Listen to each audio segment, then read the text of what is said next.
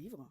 Le mot du jour, c'est la rédemption. La rédemption, c'est le fait de se racheter, de changer et de devenir meilleur. Je trouve que ce mot décrit parfaitement le livre du jour. Victor Hugo est l'un des plus grands écrivains de la littérature française, mais derrière le génie se cache aussi un homme très complexe, notamment sa relation avec Juliette Drouot, sa compagne pendant près de 50 ans, était marquée par un profond rapport de domination. Et pourtant, ils ont entretenu une correspondance exceptionnelle.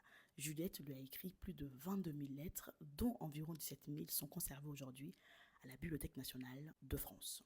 J'aime bien rappeler ce genre d'anecdote parce qu'elle nous invite à distinguer l'œuvre de son auteur sans pour autant effacer l'un ou l'autre. Parlons maintenant du livre. Je pense que s'il y a un livre qu'il faut lire de Victor Hugo, c'est Les Misérables. Je vous raconte l'histoire. On y suit Jean Valjean, condamné à 19 ans de prison pour avoir volé un pain.